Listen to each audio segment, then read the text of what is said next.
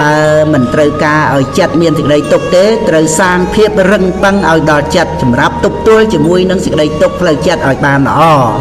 ការពិតសេចក្តីទុក្ខផ្លូវចិត្តនោះមានហេតុមកអំពីការ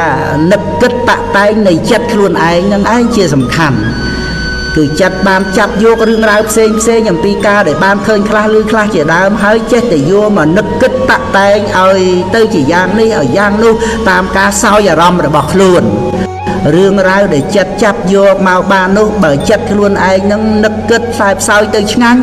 ពោលគឺពេញចិត្តក៏កើតបានទៅជាសេចក្តីសុខនៅក្នុងចិត្តនឹងទៅតែបើនឹកគិតផ្សោយទៅមិនឆ្ងាញ់ទេមិនពេញចិត្តទេក៏នាំឲ្យកើតទុក្ខនៅក្នុងចិត្តសន្តានបានដូចគ្នាដែររឿងតែម្យ៉ាងជាមួយគ្នាអាចធ្វើឲ្យមនុស្សម្នាក់មានចិត្តជាសុខហើយមនុស្សម្នាក់ទៀតកើតទុក្ខរលរាលនៅក្នុងចិត្តសន្តានបាយមិនបានតម្រានមិនលក់នេះមកអំពីការនឹកគិតតាក់តែងរបស់ចិត្តរៀងខ្លួន